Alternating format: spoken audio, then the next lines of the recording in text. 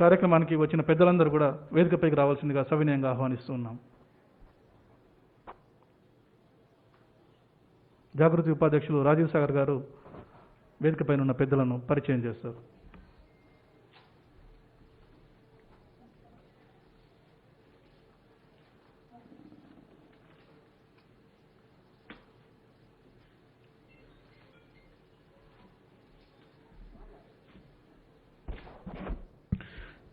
జై తెలంగాణ. తెలంగాణ ముద్దుబిడ్డ మాజీ ప్రధానమంత్రి పాములపర్తి వెంకట నరసింహారావు గారి జయంతి ఉత్సవాల్లో భాగంగా తెలంగాణ జాగృతి ఆధ్వర్యంలో నిర్వహిస్తున్నటువంటి సమాలోచన సభకు విచ్చేసినటువంటి అతిరథ మహారథులకు, పాత్రికేయ మిత్రులకు, తెలంగాణ జాగృతి నాయకులందరికీ కూడా పేరు పేరున ఉద్యమాభివందనాలు తెలియజేస్తున్నాం. ముఖ్యంగా ఈరోజు ఈ కార్యక్రమానికి విచ్చేసినటువంటి సీనియర్ రాజకీయ నాయకులు, తొలి మలి దశ తెలంగాణ ఉద్యమాలకు సజీవ సాక్ష్యంగా నిలిచిన వారు, తెలంగాణ రాష్ట్ర సమితి పార్లమెంటు పక్షనేతగా తెలంగాణ గళాన్ని అత్యున్నత సభలో వినిపిస్తున్న విలక్షణమైన నేత, అదేవిధంగా తెలంగాణ రాష్ట్ర ప్రభుత్వం నిర్వహిస్తున్నటువంటి శత జయంతి ఉత్సవాల చైర్మన్ శ్రీ గౌరవనీయులు పెద్దలు కేశవరావు గారిని తెలంగాణ జాగృతి వేదిక సగౌరవంగా చేసినటువంటి, అదేవిధంగా తెలంగాణ సాంస్కృతిక సాహిత్య విశేషాలను విశ్వవ్యాప్తం చేసిన సాంస్కృతిక ఉద్యమ రథసారథి, మరుగున పడవేసిన తెలంగాణ చరిత్రను వెలికి తీసిన వారు, వివక్షకు గురి అయిన సంస్కృతిని ఎలుగెత్తి చాటిన వారు, తెలంగాణ వికాసాన్ని ప్రపంచక యోహానికపై ఆవిష్కరించిన జ్ఞాన సంపన్నురాలు పెద్దలు గౌరవనీయులు తెలంగాణ జాగృతి అధ్యక్షురాలు మాజీ పార్లమెంటు సభ్యులు శ్రీమతి కవిత గారిని వేదిక సగౌరవంగా ఆహ్వానిస్తుంది. అదేవిధంగా అలనాడు జవహర్లాల్ నెహ్రూకు ఇందిరాగాంధీ ఎలాగో పివి గారు ప్రధానిగా ఉన్నప్పుడు వారికి అఫీషియల్ హోస్టుగా వ్యవహరించిన వారు, పివి అంతరంగాన్ని ఒడిసి పట్టుకున్నవారు, సురభి విద్యా సంస్థల అధినేత్రి, పివి జ్ఞాన సంపదను కాపాడేందుకు విశేష కృషి సలుపుతున్న విద్యాధికురాలు పివి గారి కుమార్తె శ్రీమతి వాణి దయాకర్రావు గారిని తెలంగాణ జాగృతి ఈ వేదిక సగౌరవంగా ఆహ్వానిస్తుంది. అదేవిధంగా పివి గారి వారసులు, పివి గారి మంచి చెడ్డలను దగ్గర నుండి చూసిన వారు, పివి గారితో ఎక్కువ సమయం గడిపిన వారు, ఢిల్లీ నాయకత్వంతో ఇప్పటి సంబంధ బాధ్యతలు నెరవేరుతూ పివి తరం నేతలతో సాన్నిహిత్యం కలిగిన వారు, పివి జ్ఞాన సంపదను పుణికిపుచ్చుకున్నవారు గౌరవనీయులు పెద్దలు పివి ప్రభాకర్ రావు గారిని తెలంగాణ జాగృతి వేదిక సగౌరవంగా ఆహ్వానిస్తుంది. అదేవిధంగా జర్నలిస్టుగా విశేష సేవలు అందించిన వారు, పివి గారు రాసినటువంటి ఇన్సైడర్ ప్రముఖ పుస్తకాన్ని తెలుగులో అనువదించిన పివి అంతర్ముఖాన్ని ఆవిష్కరించిన వారు గౌరవనీయులు పెద్దలు కల్లూరి భాస్కరం గారిని తెలంగాణ జాగృతి వేదిక సగౌరవంగా ఆహ్వానిస్తుంది. అదేవిధంగా దేశ విదేశాల్లో తెలంగాణ రాష్ట్ర సమితి ఎన్ఆర్ఐ శాఖలను ప్రపంచం నలుమూలలా విస్తరింపజేసే విధంగా విశేష కృషి చేస్తున్నటువంటి యువ నాయకులు గౌరవనీయులు పెద్దలు మహేష్ బిగాల గారిని తెలంగాణ జాగృతి వేదిక సగౌరవంగా ఆహ్వానిస్తూ ఈ కార్యక్రమాన్ని అధ్యక్షత వహిస్తూ శ్రీమతి కల్వకుంట్ల కవిత గారిని ముందుకు తీసుకెళ్లాం కోరుచా ఉన్నాం. జై తెలంగాణ. సభకు నమస్కారం. గౌరవ పెద్దలు, భారతదేశ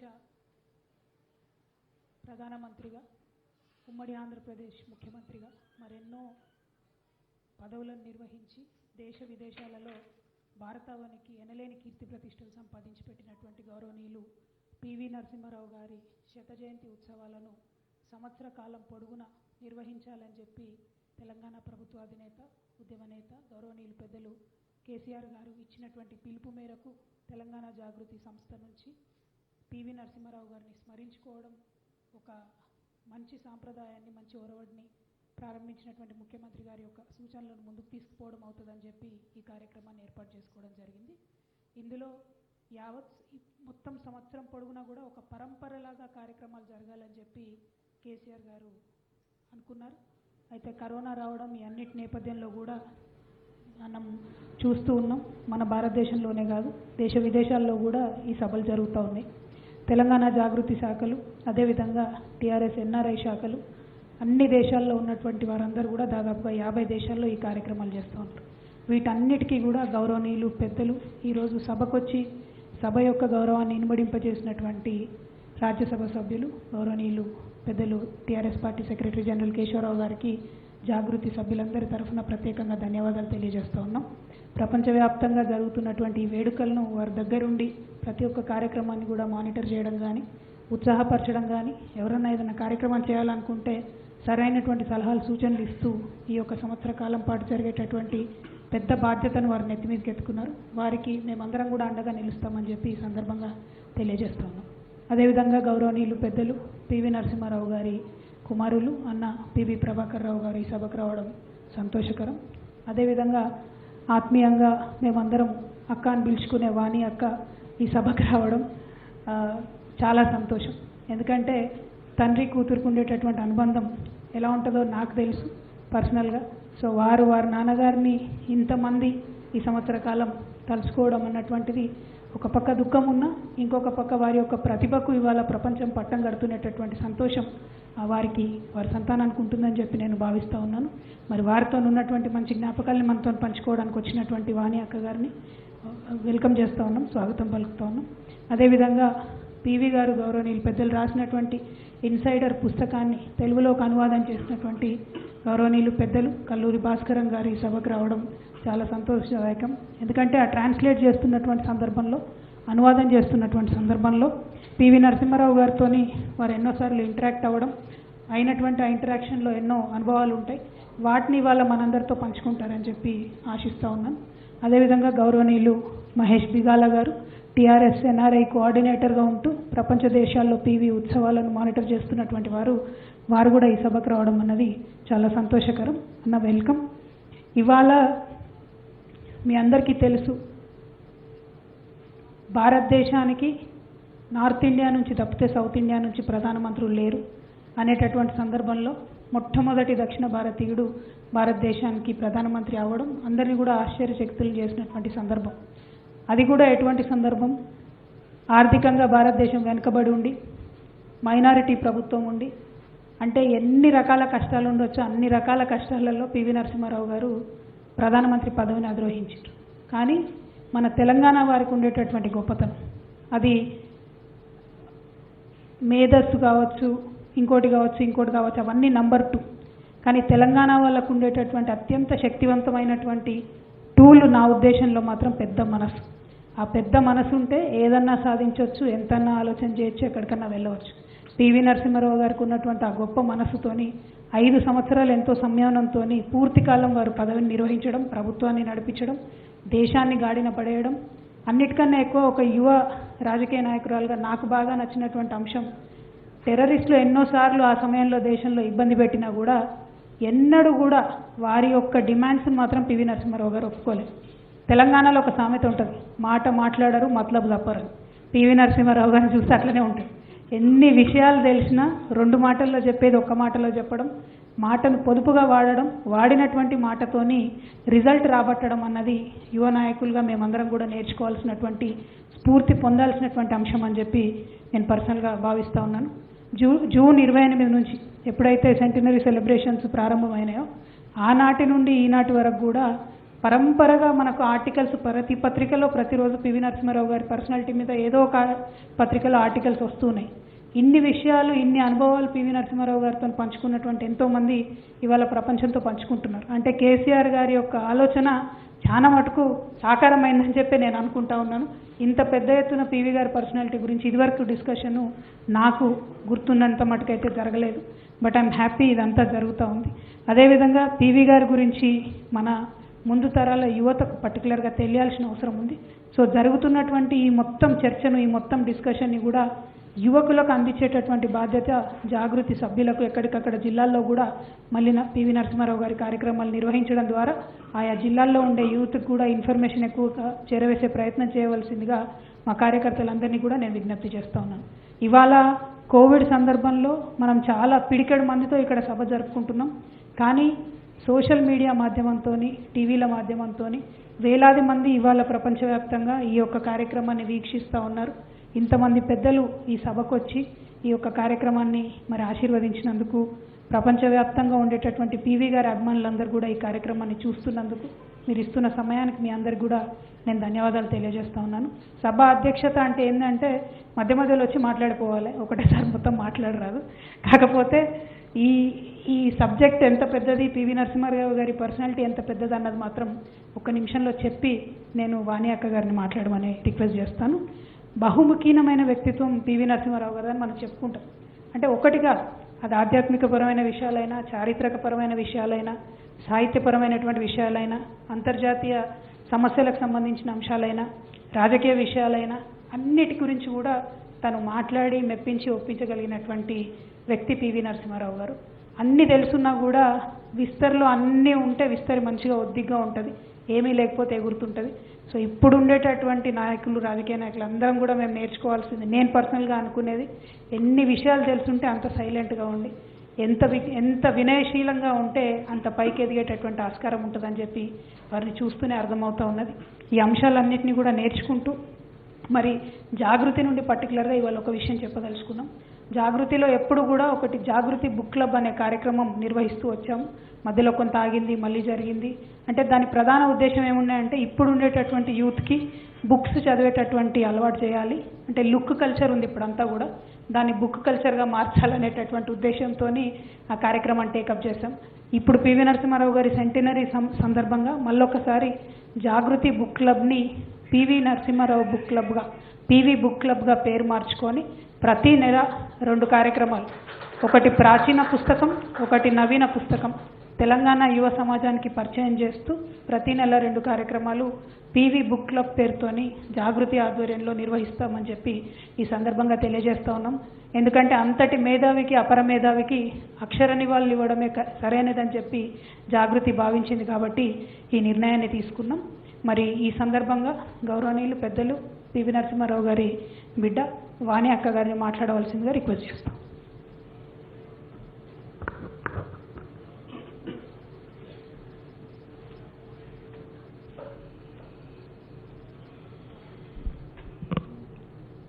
గురుభ్యో నమః, సభాయ నమః. వేదికను అలంకరించిన పెద్దలు కేశవరావు గారు, పివి నరసింహారావు గారి జయంతి ఉత్సవాల ప్రెసిడెంట్, చైర్మన్ గారు, అట్లాగే జాగృతి అధ్యక్షురాలు, నేటి సభకు అధ్యక్షత వహిస్తున్న కవిత గారు, మా తమ్ముడు ప్రభాకర్ రావు గారు, అలాగే నాయన గారి ఇన్సైడర్ బుక్ను తెలుగులో ఎంతో బాగా క్షుణ్ణంగా ఏమాత్రం తేడా లేకుండా తెలుగులో అనువదించిన భాస్కరం గారికి, అలాగే ఎన్ఆర్ఐ యంగ్ ఫెలో మన ఇంజనీర్ గారు మహేష్ గారికి, వచ్చిన వాళ్ళందరికీ, ప్రత్యక్షంగా పరోక్షంగా వీక్షిస్తున్న అందరికీ, పివి గారి అభిమానులందరికీ కూడా జయంతి ఉత్సవాల సందర్భంగా అందరికీ శుభాకాంక్షలు తెలియచేస్తూ, నన్ను ఎప్పుడు నాయనగారి గురించి మాట్లాడు అన్నప్పుడు ఒకే మాట చెప్తుంటాను. యూజువల్గా తల్లిదండ్రుల గురించి మాట్లాడమంటే ఆడపిల్లలు కానీ మగపిల్లలు కానీ ఎంతో చెప్తారు. మా నాన్న హీరో, మా అమ్మ హీరో, అంతే. ఆ తర్వాత సినిమా హీరోలు, హీరోయిన్లు ఎంతో చెప్పుకుంటుంటారు. అందులో ఆడపిల్లల నైజం మన తెలంగాణలో అత్తగారింట్లో ఎంత గొప్ప ఉన్న గుణ ఒక అవకాశం వస్తే అదే పనిగా చెబుతూ ఉంటాం. తరగాని ముచ్చట్లు అవన్నీ తల్లిగారింటి ముచ్చట్లు. అట్లాంటిది మా నాయనగారి గురించి ఆ రోజు కూడా ప్రియతమ ముఖ్యమంత్రి గారు మాట్లాడండి అన్నప్పుడు 2 నిమిషాలు 5 నిమిషాలు సరిపోదు. అందులో ప్రధాని మా నాయనగారు. అందులో నేను ఆయనతో పాటు 5 సంవత్సరాలు తిరిగాను. అంతకుముందు తర్వాత కూడా నేనున్నా కూడా 5 సంవత్సరాలు ఆయన వెంటనే ప్రయాణం చేసిన అనుభవాలు చిరస్మరణీయం. నాకు ప్రతిసారి వేదిక మీద అదే మాట చెప్తాను. నువ్వు ఎక్కడ పుట్టాలో అనేది భగవంతుడి సంకల్పం.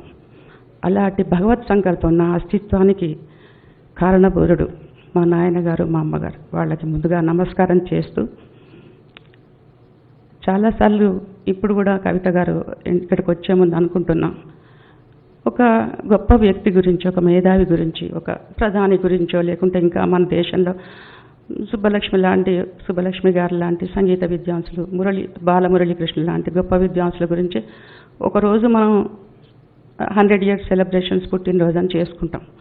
వాళ్ళ శిష్యులో, లేకుంటే తర్వాత వాళ్ళ ఫ్యామిలీ మెంబర్సో, వాళ్ళ అనుయాయులో, ఫాలోవర్సో. కానీ ఒక వ్యక్తి గురించి 365 రోజులు చేయటం అనేది అది మన రాష్ట్ర ముఖ్యమంత్రి గారికి మనసులో మా నాయనగారి పట్ల ఉన్న ఆ ప్రేమ, అభిమానం, మరి తెలంగాణ వ్యక్తి అనా లేకుంటే అతను మేధావి అనా, ఏ కారణం చెప్పుదాము, నిజంగా అనేక కారణాలు మనం చెప్పుకోవచ్చు.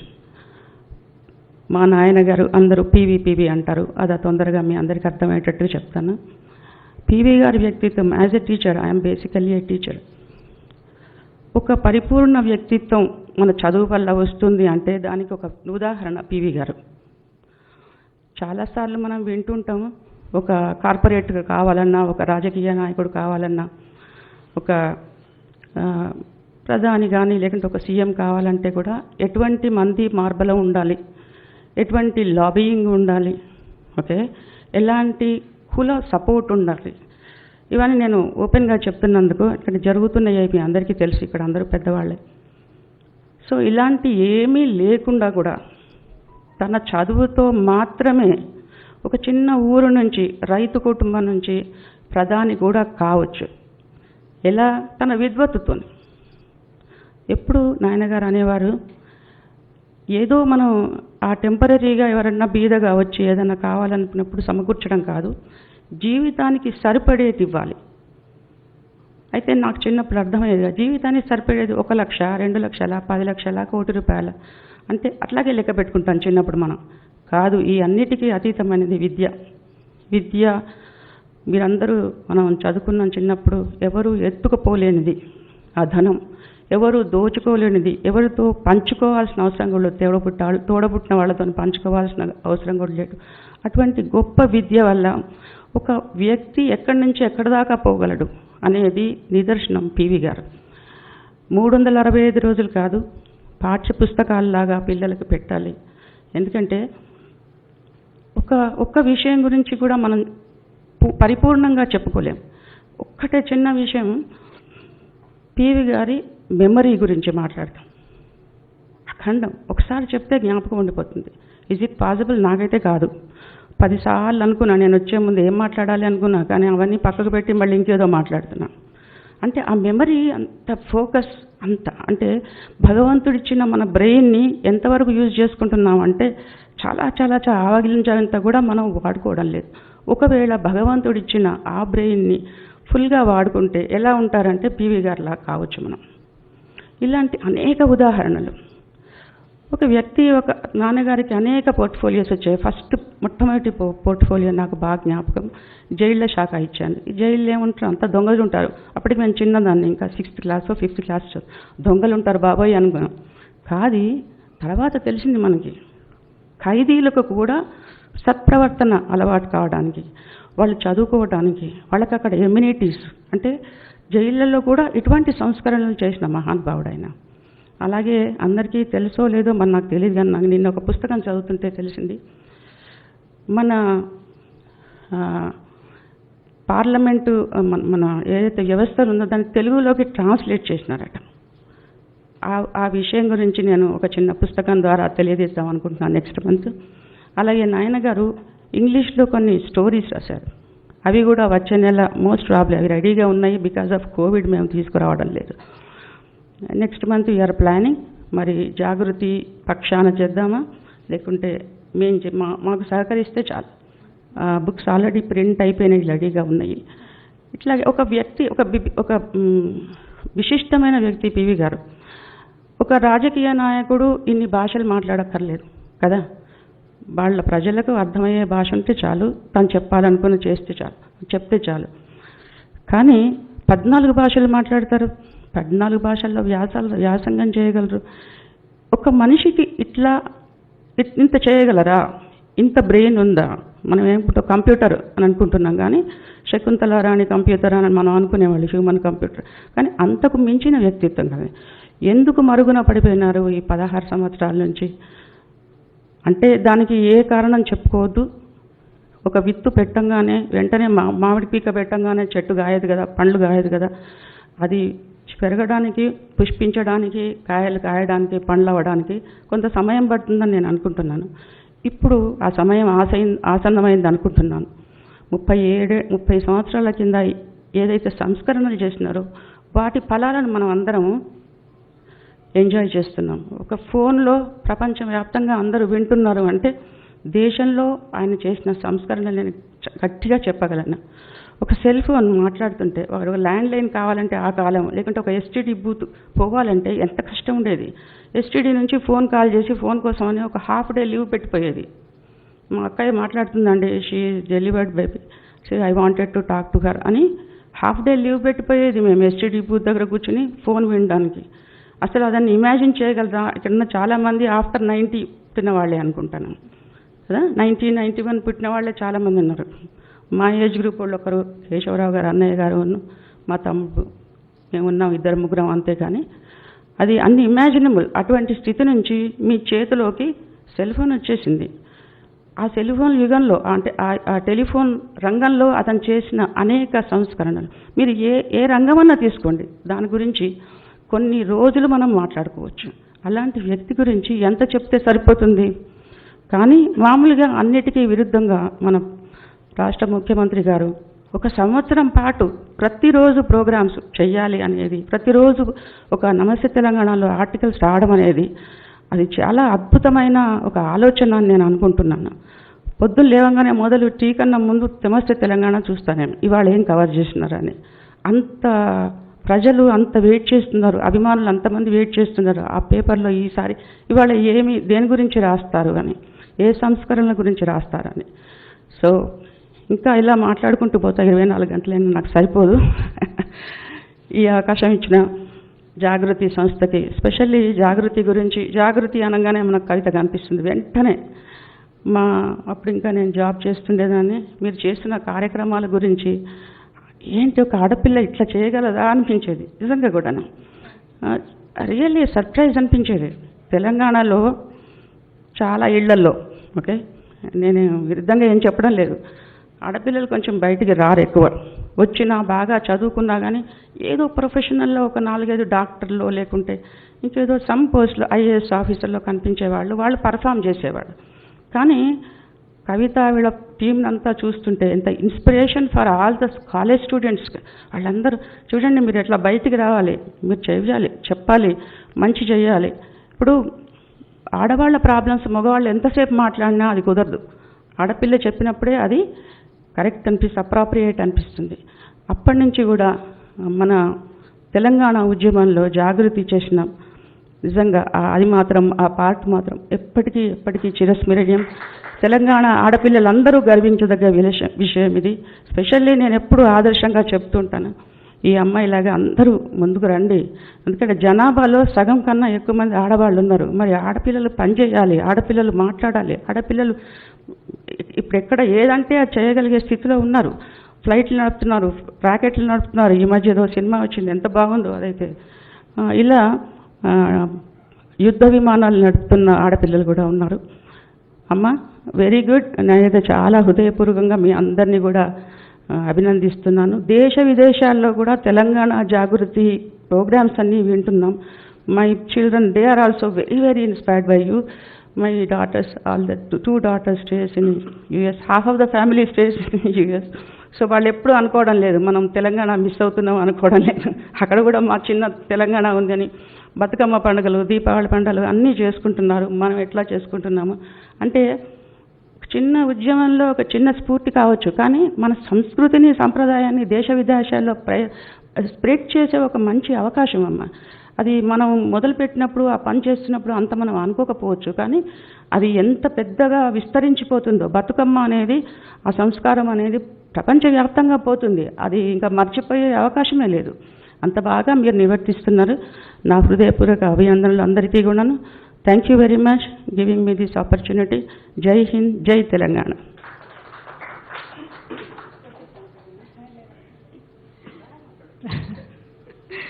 థ్యాంక్ యూ అక్క. మీరు అన్నట్టు నాన్నగారి గురించి, పివి గారి గురించి చెప్పుకుంటూ పోతే అది ఒడవడి ముచ్చట్లాగానే ఉంటుంది. ఎన్ని రోజులు మాట్లాడుకున్నా, ఎన్ని రోజులు చెప్పుకున్నా కూడా తరగనటువంటి పర్సనాలిటీ వాళ్ళది. ఎన్నో అంశాలు మీరు చెప్పినారు. అందులో మరీ ముఖ్యంగా చదువుకుంటే చాలు మనతో జీవితకాలం ఉంటుందని చెప్పి వారు మీకు నేర్పించడం అన్నది, మనం కూడా ఈరోజు ప్రతి ఒక్కరికి అదే చెప్తూ ఉంటాం. ఎప్పుడైనా చదువుకుంటే చాలు, మిగతా అన్నీ వస్తుంటాయి పోతుంటాయి అన్నది. సో అటువంటి గొప్పవారిని చూసి మళ్ళొకసారి మనందరం కూడా స్ఫూర్తి పొందాల్సినటువంటి పరిస్థితి. అక్కయ్య చెప్పిన ఇంకో ఇంట్రెస్టింగ్ ఇష్యూలో ఫస్ట్ జైళ్ళ శాఖలో వేస్తే అక్కడ కూడా సంస్కరణలు తీసుకొచ్చారు. అంటే పని చేయాలనే ప్యాషన్ ఉన్న వాళ్ళని ఎక్కడ వేసినా ఎడారిలో వేసినా కూడా అక్కడ ఒక ఉపాయంగా అనుకుంటారు, చేస్తారు. అక్కడ కూడా మంచి ప్లేస్ చేయడానికి దాన్ని ప్రయత్నం చేస్తారు. దానికి వారు ఒక నిదర్శనం. ఈ సందర్భంగా పివి గారి సాహిత్యానికి సంబంధించి నాకు ఇంట్రెస్టింగ్ అనిపించిన ఒక 2 అంశాలు మీతో షేర్ చేసుకుందాం అనుకున్నా.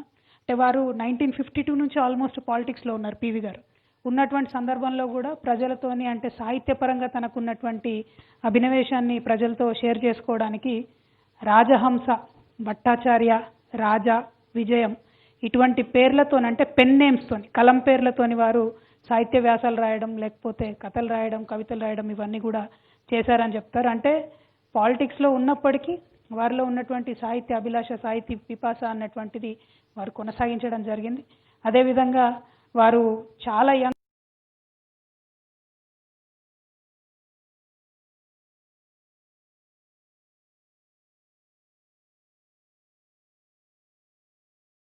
యంగ్గా ఉన్నప్పుడే తెలంగాణ ఉద్యమంలో పార్టిసిపేట్ అవుతున్న సందర్భంలో 1940స్లోనే కాకతీయ పత్రిక సంపాదక వర్గంలో కూడా వారు ఉన్నారు. అంటే ఆనాటి నుంచే వారి మేధస్సును వారు కంటిన్యూస్గా ఫీడ్ చేస్తూనే వచ్చారు.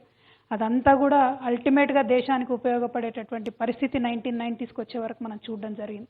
సో కంటిన్యూస్గా అభ్యాసం చేస్తూ పోతే అల్టిమేట్గా సమాజానికి ఉపయోగపడతాం అనేటటువంటి విషయం పివి గారి జీవితం మనకు ప్రత్యక్ష నిదర్శనం.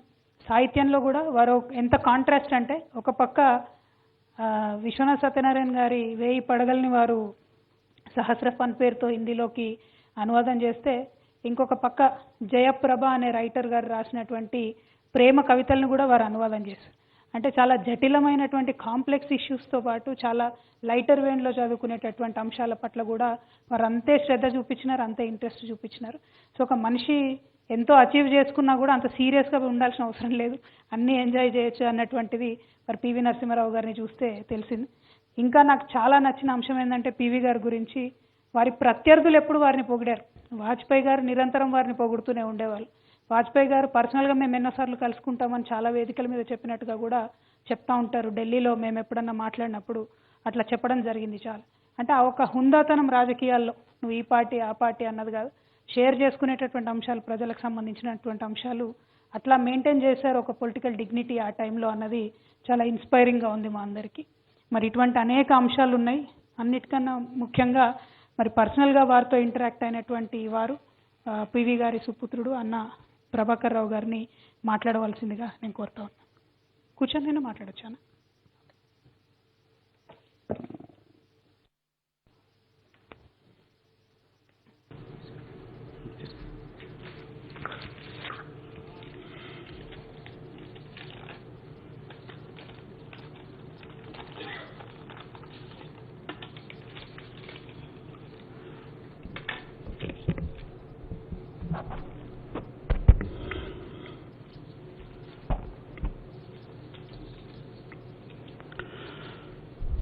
ఈనాటి సభకు అధ్యక్షత వహిస్తున్న మా సోదరి కవిత గారు, అన్నానన్నది కాబట్టి నేను సోదరిని సంబోధిస్తున్నానమ్మా, ఏమనుకోవద్దు. అలాగే ఈనాటి వక్తలు పెద్దలు డాక్టర్ కేశవరావు గారు, కల్లూరు భాస్కరం గారు, మా సోదరి వాణి ఇప్పుడే మాట్లాడింది, అలాగే మహేష్ గారు, మహేష్ బిగేల గారు, అలాగే ఈ కార్యక్రమాన్ని చూస్తున్న మిత్రులందరికీ, అలాగే పివి అభిమానులందరికీ నమస్కారం. పివి గారు మనకు జ్ఞాపకం రాగానే 2 విషయాలు మనకు జ్ఞాపకం వస్తాయి. ఒకటి, ఆయన సాహిత్యంలో సాధించిన అద్భుతమైన విజయాలు, ఒక సాహిత్యపరుడిగా మనకు దర్శనమిస్తాడు. ఇంకోటి ఏమిటంటే రాజకీయ దార్శనికత. ఈరోజు ఈ 2 అంశాలు ఈ సంస్థ వాళ్ళు ఈ అంశాల మీద మాట్లాడాలని చెప్పారు. ఇందాక ఈ జాగృతి అధ్యక్షురాలు కవిత గారు చెప్పినట్టు పివి గారిది 360 degrees పర్సనాలిటీ. ఎన్ని గంటలన మాట్లాడవచ్చు. అన్ని గంటలు లేవు కాబట్టి బహుశా 2 అంశాలు మాకు ఇచ్చి ఈ అంశాల మీదనే మాట్లాడమని చెప్పిందాం. ఈ 2 అంశాల మీద మాట్లాడాలనుకున్నా ఖచ్చితంగా 2-3 గంటలు పడుతుంది. కానీ అంత టైం నేను తీసుకోను, 10-15 నిమిషాల్లోనే ముగిస్తాను నేను. ఆయన సాహిత్యం ఎప్పుడు ఏదో టైంపాస్కొని ఎప్పుడు అనుకోలేదని. సాహిత్యానికి ఒక పర్పస్. అదేం పర్పస్ అని అంటే, సాహిత్యం ద్వారా ప్రజల్ని మేలుకొలపాలి, వారిని ఉత్తేజపరచాలి, వారిని చైతన్యవంతులు చేయాలి అన్నది అనే ఉద్దేశం. 1940లో ప్రారంభించారు ఆయన సాహిత్య ప్రస్థానం. ఆ 40 దశకం ఎలా ఉండిందో అందరికీ తెలుసు. అప్పుడు స్వామి రామానంద తీర్థ గారు వారి ఆధ్వర్యంలో నిజాం వ్యతిరేక పోరాటం ఉధృతంగా సాగుతున్న సమయం అది. ఆ కాలంలో వారినందరినీ ప్రజల్ని చైతన్యవంతులు చేయడానికి, వారిని ఉత్తేజపరచడానికి ఆయన కొన్ని అద్భుతమైన కథలు, కథానికలు రాశారు. అందులో ముఖ్యమైనది గొల్లరామవైన, అలాగే నీలం రంగు పట్టు చీర, అలాగే మానవమానాలు, గేయాలు, ఇవన్నీ హృదయానికి హత్తుకునే విధంగా, ప్రజల్ని ఆలోచింపజేసే విధంగా ఆయన రచనలు సాగాయి. ఇది 40 దశకంలో ఆయన రాసిన ఆయన రచనలు అవి. కానీ 60, 70, 80 ఆ ప్రాంతంలో కొన్ని రచనలు చేశాడు. అప్పుడు ఆయన వ్యవస్థలోకి చేరారు. ఆయన మినిస్టర్గా ఉన్నారు. అప్పుడు రాసినవి కొంచెం వేరే విధంగా ఉన్నాయి. అప్పుడు కూడా కథలు రాశారు. అప్పుడు కూడా కథనికలు, నవలలు అన్నీ కూడా రాశారు. అప్పుడు రాసిన వాటిల్లో వ్యవస్థలో ఉన్న లోపాలు, వ్యవస్థలో ఉన్న కుళ్ళును, సమాజంలో జరుగుతున్న అవకతవకల గురించి ఆయన ఎన్నో రచనలు చేశారు. అందులో ముఖ్యమైనది మంగయ్య అదృష్టం, ది మినిస్టర్. దాకా మా సోదరి వాణి చెప్పినట్టుగా కొన్ని కథానికలు ఇటీవల కాలంలోనే దొరికినాయి మాకు ఆయన ఆర్కైవ్స్లో. అద్భుతమైన కథలు అవి. 3 పేజీలు 4 పేజీలు ఉన్న ఎంతో పర్పస్ఫుల్గా, యూస్ఫుల్గా ఉన్న కథలు అవి. అంటే ఆ రాజకీయాలకు సంబంధించిన అవి కథలైనా అందులో హాస్యం, వ్యంగ్యం, ఇవి రెండింటిని మేళవించి అద్భుతంగా రాశారు. అవి అతి త్వరలో ప్రజల ముందు తీసుకొస్తాం. దాంట్లో మినిస్టర్ అని ఒకటి, అలాగే ఫర్గాటన్ సూట్ కేస్ అని, ballot of the secret of the ballot అని, గెస్ట్ అని, ఇలాంటి 5-6 కథలు దొరికాయి. మంగయ్య గారి అదృష్టం అయితే మీరు అందరూ చూసి విని ఉంటారు, చదివి ఉంటారు. అద్భుతమైన కథానికంటే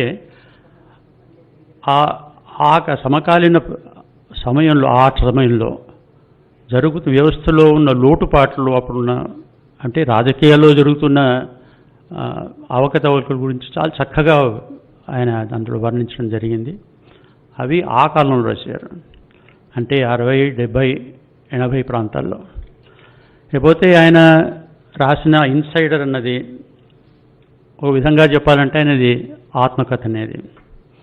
ఆయన ఒప్పుకోరు. ఆయన ఎప్పుడు అంటారు, ఇది this is fiction, I have nothing to do with that అంటారు. కానీ అది సగం ఫిక్షను, సగం నాన్ ఫిక్షన్. అది ఖచ్చితంగా అందులో ఉన్న ఆనంద్, ఆ పాత్ర ఆయనది. అందులో ఒక ఆదర్శవంతమైన వ్యక్తి, అలాగే ఒక తత్వవేత్త,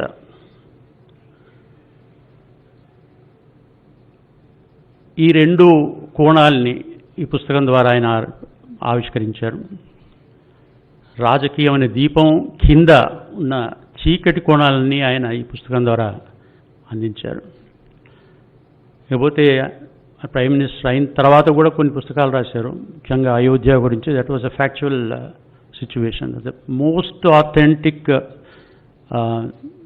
బుక్ ఏదైనా ఉంది అయోధ్య మీద అని అంటే పివి గారు రాసింది. అంటే దాదాపు 2-3 సంవత్సరాలు, అంటే from the prime minister's viewpoint, అదిలో అయోధ్యలో ఏం జరిగింది, ఘటనాక్రమం ఎలా జరిగింది, పొద్దున్నే సాయంత్రం ఎట్లా జరిగిందని, పూర్వాపరాలు ఎలా ఉన్నాయి అన్నీ చక్కగా వర్ణించారు దాంట్లో. అది చదివితే అసలు ఇంకెక్కడ ఏది చదవాల్సిన అవసరం ఉండదు, అంత అద్భుతంగా రాసిన పుస్తకం అది. లేకపోతే పీఠికలు, విశ్లేషణలు, అంటే సాహిత్య విశ్లేషణలు అనేకాలు ఉన్నాయి. అంటే ఒక ఆశ్చర్యకరమైన విషయం మన జ్ఞాపకం వస్తుంది. ఆయన చదువుకున్నది ఏమిటి? BSc science student. ఆయన చదువుకున్నది ఖగోళ శాస్త్రం. చాలా ఇష్టమైన సబ్జెక్ట్ ఏంటి? మ్యాథమెటిక్స్. ఆయన జీవితంలో అత్యున్నతమైన స్థానానికి ఏ రంగాల్లో వెళ్ళారు? ఒకటి రాజకీయ రంగం, ఇంకోటి సాహిత్య రంగం.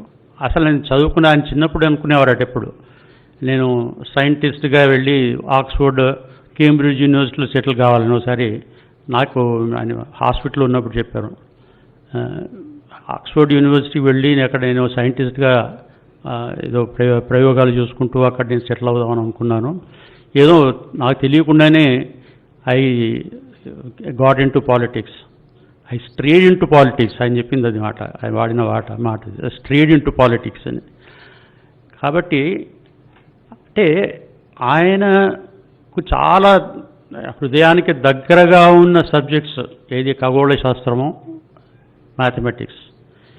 ఈ రెండు సబ్జెక్ట్స్లో ఆయన ఇంకా కృషి చేయగలిగితే, కలిగి ఉంటే బహుశా అద్భుతమైన సైంటిస్ట్ అయ్యేవాడేమో. ఇప్పుడు ఏం తెలియంటే ఊరికి నేర్చుకున్నది ఏది? సాహిత్యం అన్నది ఆయన ఒక సిలబస్ లాగా ఏదో లిటరేచర్ సబ్జెక్ట్స్ కాదు అనేది. ఆయన ఏంటంటే అవుట్ ఆఫ్ ఇంట్రెస్ట్ జరుగుతున్న సమాజంలో జరుగుతున్న వివక్షకి, అంటే అప్పుడు తెలంగాణలో జరుగుతున్న అణిచివే ధోరణికి ఎదురుగా నిలిచి ఒక ఉద్యమంలో ఉన్నప్పుడు ఆ ఉద్యమంలో ఉన్నాడు కాబట్టి సాహిత్యం పట్ల ఆయనకి ఒక ఇంట్రెస్ట్ డెవలప్ అయ్యి ఆ ఇంట్రెస్ట్ ద్వారా ఆ స్థాయికి వెళ్ళాడు. వేరు సబ్జెక్ట్, మన మహారాష్ట్రకు వెళ్ళి అక్కడ పిఎస్సి తర్వాత ఎల్ఎల్బి చేశారు. వెళ్ళడానికి కూడా దానికి ఎందుకు వెళ్ళారంటే ఇక్కడ ఏదో మన ఏమిటి నేషనల్ సాంగ్ వందే మాత్రం పాడడం, ఆయన రసికేట్ కావడం, మహారాష్ట్రకు వెళ్ళడం. మహారాష్ట్ర వెళ్ళినప్పుడు అక్కడ మరాఠీలో ఆ మరాఠీ సాహిత్యాన్ని అద్భుతంగా ఆయన అధ్యయనం చేశారు. అంటే to understand the contemporary situation and literature and events, ఇక్కడే కాదు మొత్తం ప్రపంచంలో విషయాలు తెలుసుకోవడానికి సాహిత్యం పట్ల ఆయనకి ఆసక్తి కలిగింది. ఆ సాహిత్యం పట్ల ఆ కృషిని జోడించి ఆ స్థాయికి వెళ్ళగలిగాడు. సరే, పాలిటిక్స్లో రావడం మనందరికీ తెలిసింది. రామానంద తీర్థ గారి శిష్యరికం చేయడం, నిజాం వ్యతిరేక పోరాటంలో ఆయన పాల్గొనడం, తర్వాత ఆయన స్వామీజీ రాజకీయాల్లో తప్పుకోవడం, అయినా ఒక గురువుగా ఈయన్ని తీర్చిదిద్దడం, ఇవన్నీ చారిత్రాత్మక ఘట్టాలు, అన్నీ తెలిసిన విషయాలే. ఆయన ఏకంగా ప్రధానమంత్రి స్థాయికి వెళ్ళడం అన్నది, ఈ తెలంగాణ గడ్డలో పుట్టి తెలుగువాడై ఆ స్థాయికి వెళ్ళడం అనేది మనందరికీ గర్వకారణం. ఖచ్చితంగా దానికి స్వామి రామానంద తీర్థ గారు చేసిన కృషి అమోఘం అని చెప్పాలి మనం. అలాగే ఆయన పివి గారిలో ఒక నిరంతరమైన విప్లవకారం ఉండేవాడు. ఆయన ఏ స్థాయికి వెళ్ళినా, ఎన్ని విజయాలు సాధించినా ఆయన ఎప్పుడు నిరంతర విప్లవకారుడే. ఈ విప్లవ తత్వం ఆయనలో ఉంది కాబట్టి మార్పు కోసం ఇప్పుడు ఆయన ప్రయత్నం చేశారు, కృషి చేశారు. అంటే he never got satisfied with what was around. He was never a status quoist. He always wanted things to change.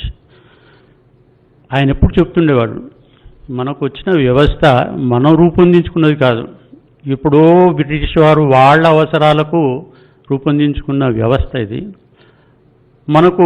మనం అది యాజ్ ఇట్ ఈస్ తీసుకున్నాం. కాబట్టి ఈ వ్యవస్థలో ఉన్న విధి విధానాలు మనకు సరిపోవు. ఈరోజు స్వతంత్ర దేశంలో ఉన్న ఒక సగటు మనిషికి న్యాయం జరగాలంటే ఆ విధి విధానాల్లో మార్పులు రావాలి, నిబంధనలు మార్పులు రావాలి. ప్రతి శాఖ ఆయన చేపట్టిన ప్రతి శాఖలో ఆయన మార్పులు చేశారు, కొత్త ఊపిరి నింపారు. ఇందాక మా సోదరి చెప్పింది, జిఎల్టీ శాఖ నుండి ప్రారంభమైంది ఆయన సంస్కరణల పర్వం. దాదాపు 30 సంవత్సరాలు ఎన్నో మజిలీలు దాటుకుంటూ భూ సంస్కరణలు మజిలీ, అలాగే లుక్ ఈస్ట్ పాలసీ, ఎడ్యుకేషన్లో మార్పులు, అలాగే చివరికి ఆర్థిక సంస్కరణలు దాకా దాదాపు 32-33 సంవత్సరాలు జరిగింది ఆయన ఈ ప్రక్రియ. ప్రతి శాఖలో ఒక కొత్త పంథాన్ని, ఒక కొత్త ఊపిరిని నింపిన వ్యక్తి పివి నరసింహారావు గారు. దీనికి what is the inspiration for that? Inspiration is change. తప్పకుండా చేంజ్ చేయాలి. చేంజ్ చేసి మనకు ఈ కాంటెంపరీ సిచ్యువేషన్స్కి, కాంటెంపరీ రిక్వైర్మెంట్స్కి అనుగుణంగా విధి విధానాలు ఉండాలన్నది ఒక ఇన్స్పిరేషన్. దానివల్ల 32-33 సంవత్సరాలు ఆ పంథాలో నడిచారు ఆయన పివి గారు. సరే, ఆయన అద్భుతమైన కాంట్రిబ్యూషన్ మాత్రం మనందరికీ తెలిసిందే ఆర్థిక సంస్కరణలో. ఆర్థిక సంస్కరణలు అంటే ఆ కాలంలో ఎట్లాంటి పరిస్థితుల్లో అవి తీసుకొచ్చారన్నది మనందరికీ తెలిసిన విషయమే. అంటే ఆయనలో ఒక గొప్ప గుణం ఉండింది, to convert a crisis into advantage. ఇది అందరం మనం నార్మల్గా ఏమవుతుందంటే చిన్న క్రైసిస్, చిన్న ప్రాబ్లం రాగానే మనం ఢీలపడిపోతాం. ఆయన అట్లా కాకుండా ఒక వినూత్నంగా ఆలోచించేవాడు. ఒక crisis, how to make that as an opportunity, use that as an opportunity అన్నది ఆయన, that's an innate quality of mister Narasimha Rao. దానివల్లనే ఆ ఆర్థిక సంస్కరణ లోపల తీసుకురాగలిగాడు. అప్పుడు 1991 పరిస్థితుల్లో people were ready to listen to him, people were ready to bite the bullet. అది he has made use of that situation to sell economic reforms. అది ఆయన సాధించిన అద్భుతమైన విజయం. ఇంకోటి అద్భుతమైన విజయంగా నేను పరిగణించేది ఏమిటంటే, అప్పటి వరకు ఒక డిఫరెంట్ ఇష్యూస్ మీద ఫోకస్ అయి ఉండింది దేశం అంతా. అంటే మస్జిద్ ఇష్యూ అని, మండల్ ఇష్యూ అని, ఇలాంటి రకరకాల ఇష్యూస్, అలాగే ఎకానమీ వాజ్ ఇన్ డోల్డ్రమ్స్. అన్నిటినీ పక్కకు జరిపి ఫోకస్ అంతా ఎకానమీ తీసుకొచ్చింది. అది పివి గారి అద్భుతం విజయంగా నేను భావిస్తాను. సరే, ఆర్థిక విధానాల వల్ల, ఆర్థిక సంస్కరణల వల్ల ఎంత గొప్పగా దేశం మారిందన్నది మనందరికీ ఈరోజు తెలిసింది. ఈరోజు ప్రతి సగటు మనిషి జీవితంలో ఆర్థిక సంస్కరణల ప్రభావం మనం చూస్తున్నాం. మా సోదరు చెప్పింది సెల్ ఫోన్ అని. సెల్ ఫోన్ ఒక్కటే కాదు, banking reforms, aviation reforms, golden quadrilateral గురించి మనం ఇవాళ మాట్లాడుకుంటాం. దానికి బీజాలు పడ్డాయి పివి గారి సమయంలోనే. అలాగే మీరు కొత్త 4 కార్లు కానీ, మంచి కొత్త కార్లు కనబడ్డాయి అనుకోండి, పివి గారు కనబడతారు అక్కడ. అంతకుముందు 2 కార్లు ఉండేవి మనకు, ఒకటి ఫియటో, ఒకటి అంబాసిడర్. అలాంటిది ఇంత అద్భుతమైన మార్పు ఆయన తీసుకురావడం అన్నది అది ఆయనకే సాధ్యం, అనితర సాధ్యం. అలాగే ఒక విషయం మనం గమనించాల్సింది ఏమిటంటే, 1991లో తలసరి ఆదాయం 7,000-8,000 ఉండింది. ఇప్పుడు 1,20,000 రూపాయలు తలసరి ఆదాయం. అంటే ఇంత గొప్పగా అభివృద్ధి చెందింది మన దేశం. అలాగే కాకుండా 25 కోట్ల మంది ఈరోజు పేదరికం నుండి బయటపడ్డారంటే కేవలం పివి గారి ఆర్థిక సంస్కరణలు ఇది కారణమని ఖచ్చితంగా మనం చెప్పాలి. కాబట్టి ఇంత అద్భుతమైన వ్యక్తి గురించి మనం మాట్లాడుకునే అవకాశం తెలంగాణ జాగృతి మా సోదరి కవిత గారు కల్పించారు. వారికి ధన్యవాదాలు. అలాగే అద్భుతమైన కార్యక్రమం సంవత్సరం పొడుగునా ఈ శత జయంతి కార్యక్రమం జరపాలని సీఎం గారు సంకల్పించడం నిజంగా ఆయనకి జోహార్లు. ఖచ్చితంగా ఆయన మేమందరం రుణపడి ఉన్నాం వారికి. ఇది ఎవరి కోసమని కాదు, ఆయన చేసిన సేవలే కానీ ఆయన సాధించిన విజయాలు కానీ వచ్చే తరం బాగుపడాలి. వారందరికీ ఇది ఒక మంచి అవకాశం. మనకి సంవత్సరం పొడుగున ఆయన అధ్యయనం చేయడానికి, ఆయన ఆలోచనల్ని మనం అర్థం చేసుకోవడానికి, ముందు తరాలకు అందించడానికి. కాబట్టి మరోసారి కవిత గారికి, జాగృతి సంస్థ వారికి, అలాగే ముఖ్యమంత్రి గారికి ముఖ్యంగా నా ధన్యవాదాలు అర్పించుకుంటూ నమస్కారం. థ్యాంక్ యూ అన్న. ప్రభాకర్ అన్నకు దండాలు. అన్న చెప్పిన అంశాలన్నింటినీ ఒక 3 ముక్కల్లో చెప్పాలంటే పివి నరసింహారావు గారి మేధస్సు రాజకీయం అయితే హృదయం సాహిత్యం అని చెప్పి వారు చెప్పడం జరిగింది. అదేవిధంగా మండల్ కమండల్ అని చెప్పి భారత జాతి మొత్తం విడిపడి ఉన్నటువంటి సందర్భంలో కంప్లీట్గా స్టాక్ ఎక్స్చేంజ్ వైపు అందరు చూపు మరల్చినటువంటి వ్యక్తి మన పివి నరసింహారావు గారు. ఒక ముక్కలో చెప్పాలంటే ప్రపంచం మొత్తాన్ని భారతదేశానికి పరిచయం చేసినటువంటి వ్యక్తి. అప్పటి వరకు మనం మాట్లాడుకున్నాం, వారి తర్వాత మొత్తం కూడా భారతదేశాన్ని ఓపెన్ అప్ చేసుకున్నాం ఎకనామిక్గా, తద్వారా ఇంత ప్రగతి సాధించామని చెప్పి అనుకుంటున్నాం. అన్నిటికన్నా ఇన్స్పైరింగ్ విషయం అన్న చెప్పింది నాకు అనిపించింది. Change is the only constant అని నమ్మినటువంటి వ్యక్తి పివి నరసింహారావు గారు. ఆగిపోవడం కాదు, సాగిపోవడమే జీవితం అని చెప్పి నమ్మి ఆచరించినటువంటి వ్యక్తి పివి నరసింహారావు గారు. మరి వారికి సంబంధించి అనేక అంశాలు ఉన్నాయి. నేను ఇందాక చెప్తూ వచ్చాను, అధ్యక్ష ఉపన్యాసం అంటే ఒకటేసారి అన్నీ చెప్పరాదు, అప్పుడప్పుడు చెప్పాలని. అట్లా నాకు నచ్చిన ఇంకొక విషయం ఏంటంటే, జనరల్గా ఫారెన్ పాలసీ అంటే నాకు చాలా ఇంట్రెస్ట్. అది స్టడీ చేస్తున్నటువంటి సందర్భంలో ఒకసారి దలైలామా గురించి ఏదో డిస్కషన్ వచ్చినప్పుడు, సరే భారతదేశం సపోర్ట్ చేసింది, తద్వారా చైనా కోపం వచ్చింది, ఇవన్నీ ఏదో డిస్కషన్స్ వస్తాం. ఆ టైంలో ఒకరు షేర్ చేసుకున్న విషయం ఏంటంటే 1993 అనుకుంటా మార్చిలో పాకిస్తాన్ భారతదేశానికి వ్యతిరేకంగా ఒక రెజల్యూషన్ పెట్టింది యుఎన్ఓలో. ఏమని అంటే కాశ్మీర్లో మానవ హక్కుల ఉల్లంఘన జరుగుతుంది, దీనిపైన యునైటెడ్ నేషన్స్ చర్చ చేయాలి అని చెప్పి ఒక రెజల్యూషన్ పెట్టారు. పెడితే అనూహ్యంగా, అంటే ప్రపంచ దేశాలు ఎవరు ఎక్స్పెక్ట్ చేయనట్టుగా చైనా, ఇరాన్ రెండు కూడా పాకిస్తాన్ కాకుండా మనకు సపోర్ట్ చేసి ఆ రెజల్యూషన్ ఓడగొట్టడం జరిగింది. అంటే అప్పుడున్నటువంటి సందర్భంలో దలైలామా గారితో కొద్దిగా డిస్టెన్స్ పాటించినట్టు చేసి చైనాను సంతోషపరిచి, ఇరాన్తో లేనటువంటి సంబంధాలను పునరుద్ధరించుకొని ఇరాన్ను సంతోషపరిచి, కరెక్ట్ టైంలో యుఎన్లో మాత్రం భారతదేశానికి ఆ రెజల్యూషన్ గెలిపించి, అంటే యుఎన్ యొక్క ఇంటర్వెన్షన్ లేకుండా చేసి భారతదేశాన్ని ప్రతిష్టను కాపాడినటువంటి వ్యక్తి మన గౌరవ పెద్దలు పివి గారు. అంటే వారికున్న నేర్పు, ఆ ఓర్పు, అవన్నీ కూడా దేశానికి ఎట్లా మనకు పనికొచ్చినాయన్నటువంటి అంశాలను మనము తెలుసుకోవచ్చు. మరి ఈ సందర్భంగా విదేశాల గురించి మాట్లాడుతున్నాం. మహేష్ బిగలాన గారు టీఆర్ఎస్ ఎన్ఆర్ఐ సెల్ కోఆర్డినేటర్, అదేవిధంగా మన మొత్తం ఈ ఉత్సవ కమిటీలో వారు మెంబర్గా కూడా ఉన్నారు. సో విదేశాలలో పివి నరసింహారావు గారి శత జయంతి ఉత్సవాల్లో వారు చేస్తున్నటువంటి కృషిని మా అందరితో షేర్ చేసుకోవాల్సిందిగా కోరుతాం.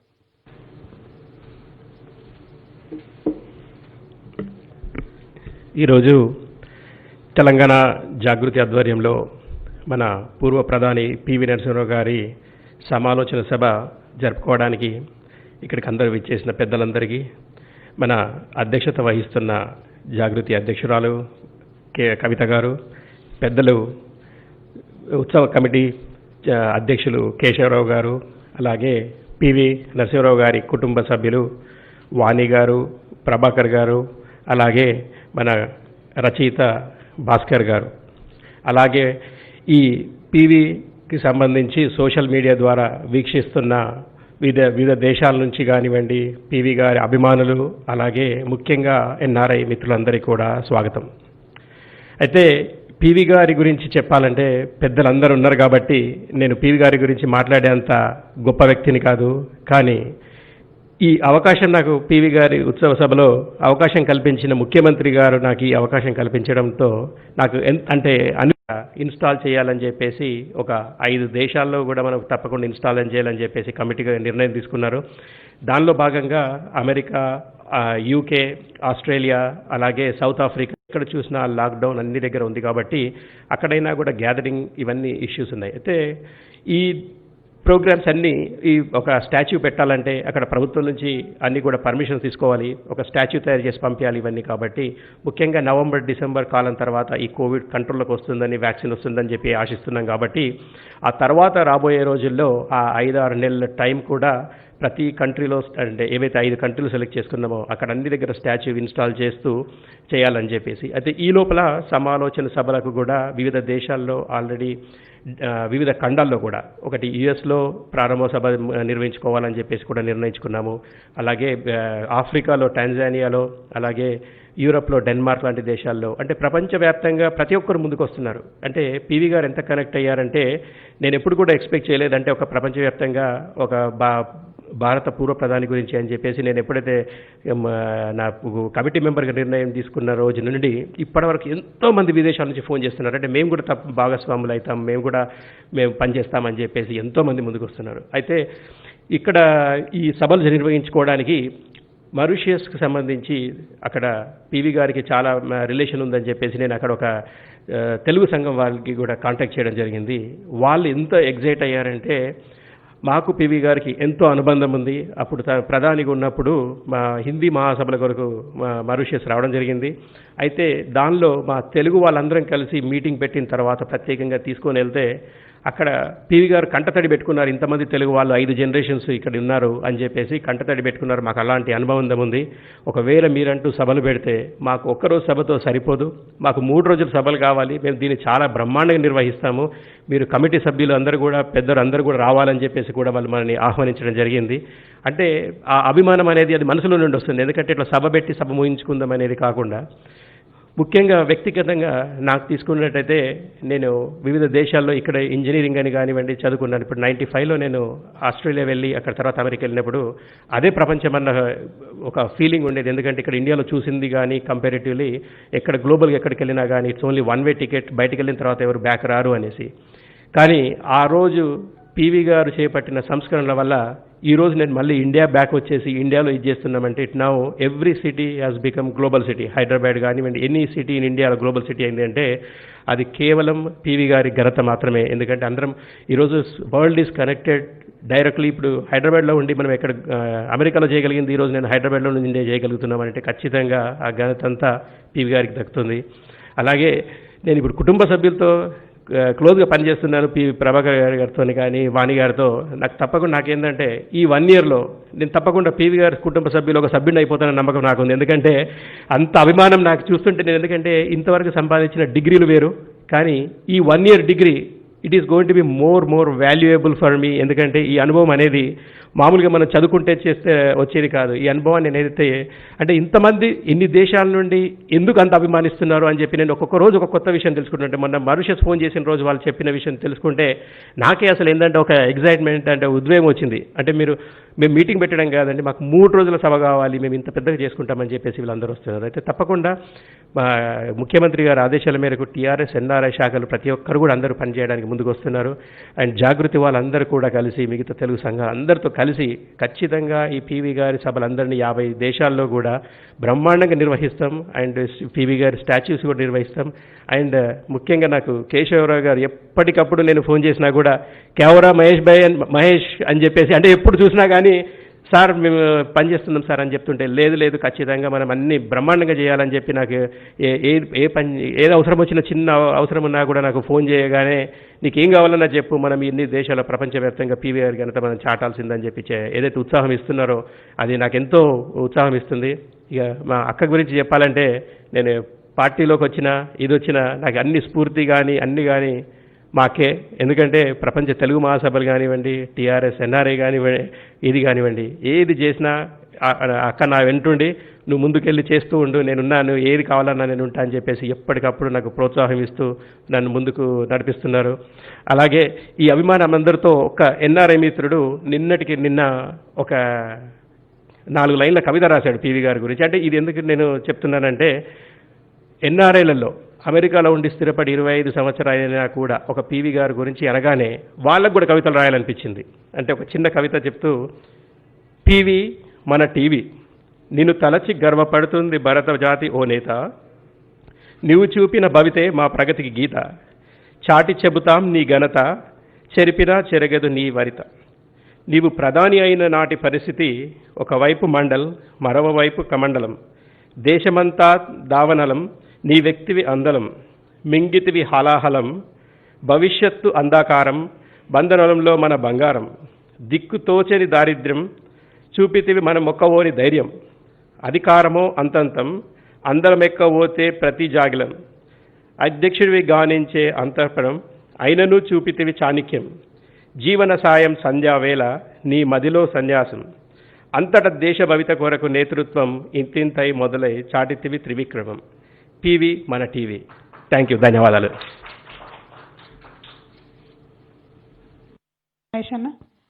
అన్నట్టుగానే తొందరగా ముగించిండ్రు. జనరల్గా ఒక మాట ఏం చెప్తారంటే, అద్దం ముందు నిలబడ్డా, మైక్ ముందు నిలబడ్డా టైం తెలియదట.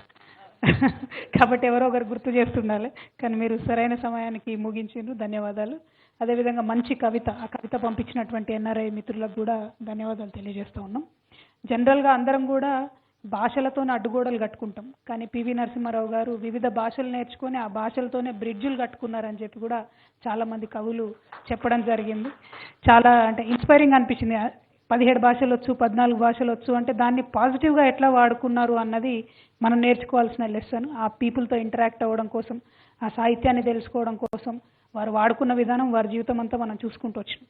అయితే ఇంకొక ఇంట్రెస్టింగ్ విషయం కూడా ఈ మధ్య చర్చలోకి వస్తూ ఉండే, వారు ప్రధానమంత్రి అయ్యే ముందు యాక్చువల్లీ ఒక పీఠానికి మరి పీఠాధిపతిగా పోతామని అనుకున్నటువంటి, అంటే అన్నీ కూడా గివప్ ఇచ్చేసి వెళ్ళిపోతా అనుకున్న సమయంలో పదవి మళ్ళీ వచ్చినటువంటి సందర్భం. అంటే అంత అంతర్ముఖీనమైనటువంటి ఒక వ్యక్తిత్వం ఉన్నటువంటి గొప్ప నాయకుడు పివి గారు.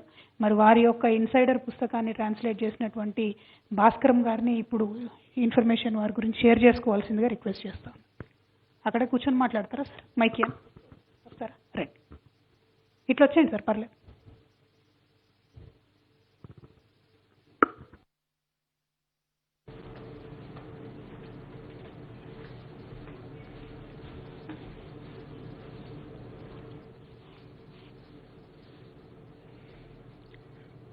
సభకు అధ్యక్షత వహించిన తెలంగాణ జాగృతి ఫౌండర్ ప్రెసిడెంట్ కవిత గారికి, సీనియర్ రాజకీయ నాయకులు రాజ్యసభ సభ్యులు శ్రీ కె కేశవరావు గారికి, పివి గారి పుత్రిక వాణి గారికి, కుమారులు పివి రాజేశ్వరరావు గారికి, మహేష్ గారికి, ఈ కార్యక్రమాన్ని చూస్తున్న అందరికీ, పివి గారి అభిమానులకు, మీకు అందరికీ నమస్కారం. నేను ఇందాకనే కవిత గారితో అన్నాను, మేము స్పేస్ ఎడిట్ చేయడం తెలిసిన వాళ్ళమే కానీ టైం ఎడిట్ చేయడం తెలియదని. ఎందుకంటే మేము పత్రిక వాళ్ళం కదా, వక్తల కోవలోకి రాం. అంచేత కొంచెం ఎక్సీడ్ అయినా తగ్గినా క్షమించమని కోరుతున్నా. పివి గారి గురించి మాట్లాడడానికి ప్రారంభించినప్పటికీ కూడా ఒక చారిత్రక విశేషాన్ని ముందుగా దృష్టిలో పెట్టుకోవాలని నేను అనుకుంటాను. అదేంటంటే, భారతదేశం మొత్తాన్ని ఢిల్లీ రాజధానిగా పరిపాలించినటువంటి పరిస్థితి బ్రిటిష్ పాలనకు ముందు లేదు. ఎప్పుడు మధ్యయుగాల్లో లేదు, ప్రాచీన కాలంలోనూ కూడా లేదు, బ్రిటిష్ కాలంలో కూడా పూర్తిగా లేదు. బ్రిటిష్ పాలనలో సంస్థానాలు ఉండేవి, 500 సంస్థానాలు. అలాంటి పరిస్థితిలో మొత్తం భారతదేశాన్ని అడ్మినిస్టర్ చేసినటువంటి తొలి ఉత్తర భారత ప్రధాని జవహర్లాల్ నెహ్రూ అయితే, పండిట్ జవహర్లాల్ నెహ్రూ. తొలి దక్షిణ భారత ప్రధాని పండిత పివి నరసింహారావు గారు. ఈ రకంగా వారిద్దరి మధ్యన ఒక గొప్ప పోలిక కుదిరింది. అలాగే జవహర్లాల్ నెహ్రూ గారు దేశం మొదటిసారిగా స్వతంత్రమైనటువంటి ఘట్టంలో, ఒక కీలకమైన ఘట్టంలో, స్వతంత్ర భారతదేశానికి దిశానిర్దేశం చేయాల్సినటువంటి ఘట్టంలో ప్రధానమంత్రి అయితే పివి గారు కూడా సరిగ్గా అటువంటి ఒక క్లిష్ట ఘట్టంలో ప్రధానమంత్రి అయ్యారు. ఇది నరసింహారావుకి జవహర్లాల్ నెహ్రూ గారికి ఉన్నటువంటి ఇంకొక పోలిక. అలాగే జవహర్లాల్ నెహ్రూ గొప్ప ఆలోచనాశీలి, మౌలిక ఆలోచనల్ని అమలు చేయాలని కోరుకునేవారు.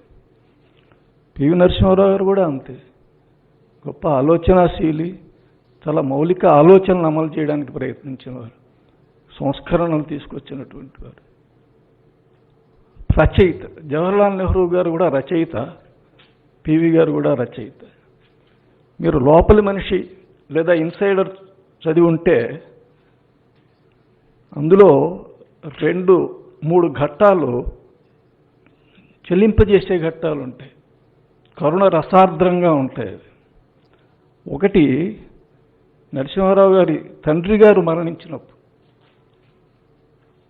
ఆ ఘట్టం ఎంత ఆర్ద్రంగా ఉంటుందంటే అందులో పూర్తిగా మునిగిపోయి రచించారు. అందులో మీరు వీలైతే చదవండి ఆ ఘట్టం.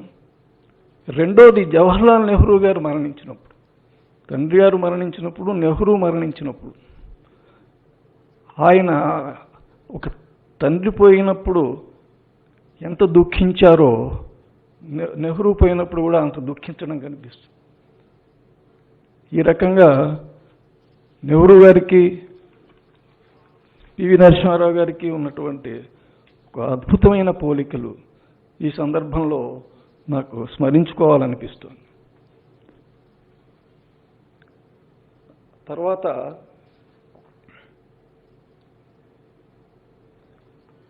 అటువంటి పివి గారు తెలంగాణ బిడ్డ కావడం, తెలుగు బిడ్డ కావడం అటు 2 రాష్ట్రాల తెలుగు వారికి కూడా ఎంతో గర్వకారణం.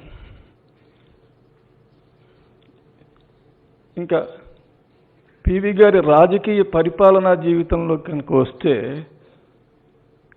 ఈ 2 రంగాల్లో ఇప్పుడున్న వాళ్ళకి, రేపు ఉండబోతున్న వాళ్ళకి కూడా ఆయన గైడ్, ఒక గైడ్ లాంటి ఒక మార్గదర్శకుడు.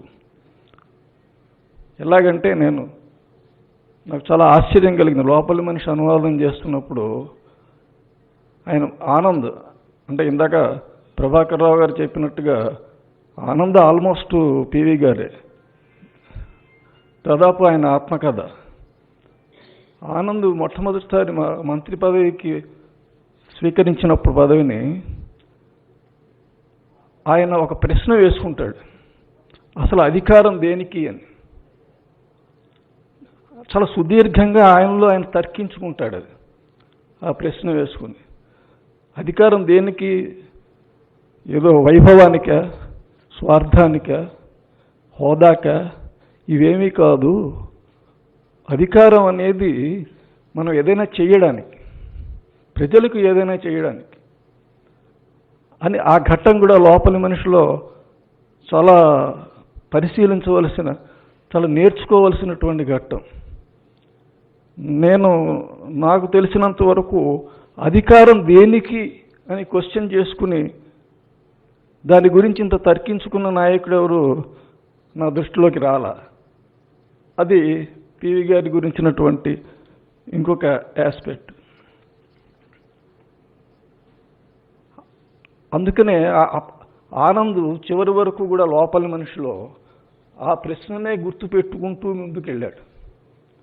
ఇందాక వాణి గారు చెప్పినట్టు ఆనంద్ మంత్రిగా ఉన్నప్పుడు జైళ్ల శాఖలో కానీ, న్యాయశాఖలో కానీ ఇంకా ఎన్నో మౌలికమైన ఆలోచనలు, మౌలికమైన సంస్కరణలు ప్రవేశపెట్టి, ఎందుకంటే ఆయన డ్రైవ్ చేసింది అదే.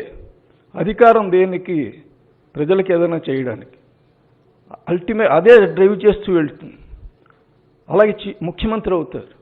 ముఖ్యమంత్రి అయినప్పుడు కూడా చివరికి ఆయన ఒక గొప్ప సంస్కరణను తలకెత్తుకోవడం, ఆ తర్వాత ముఖ్యమంత్రి పదవి నుంచి తప్పుకోవడం, కేంద్రానికి మారడం, అక్కడ మంత్రిగా చాలా విద్యాశాఖలో, మానవ వనరుల అభివృద్ధి మంత్రిత్వ శాఖలో ఉండి, ఇంకా వేర్వేరు శాఖల్లో ఉండి చేసినటువంటి సంస్కరణ మనందరికీ తెలుసు. అన్నిటికన్నా బృహత్తరమైనటువంటి సంస్కరణ ఆర్థిక సంస్కరణ. అలాగే నేను ఇందాక మర్చిపోయాను, పివి గారిని నరసింహారావు గారిని నెహ్రూని పోల్చి చేసుకునేటప్పుడు ఇంకొక ఆస్పెక్ట్ కూడా ఉంది, అంతర్జాతీయ వ్యవహారాలు. ఇందాక కవిత గారు టచ్ చేశారు. అంతర్జాతీయ వ్యవహారాలు నెహ్రూ దిట్ట, ఇంకెవరికి ఆ పట్టు ఉండేది కాదు. ఒకసారి శేఖర్ గుప్తా రాశారు, జర్నలిస్టు. సాధారణంగా ఇంగ్లీష్ జర్నలిస్టులు అండర్ స్టేట్మెంట్, వాళ్ళు సూపర్లేటివ్స్తో పొగడరు ఎప్పుడు.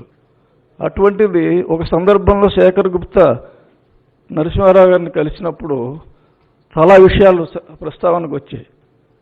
అప్పుడు శేఖర్ గుప్తా రాశాడు, నెహ్రూ తర్వాత ఫారిన్ అఫైర్స్ మీద అంతటి పట్టున్నటువంటి వ్యక్తిని నేను నరసింహారావు గారిని చూశాను అని చెప్పారు. నాకు అప్పట్లో పివి గారు ఎంత చనువిచ్చారంటే నాకు డైరెక్ట్గా నేను మాట్లాడే అవకాశం నాకు ఉండేది ఆయనతో. ఈ విషయం కూడా చెప్పాను.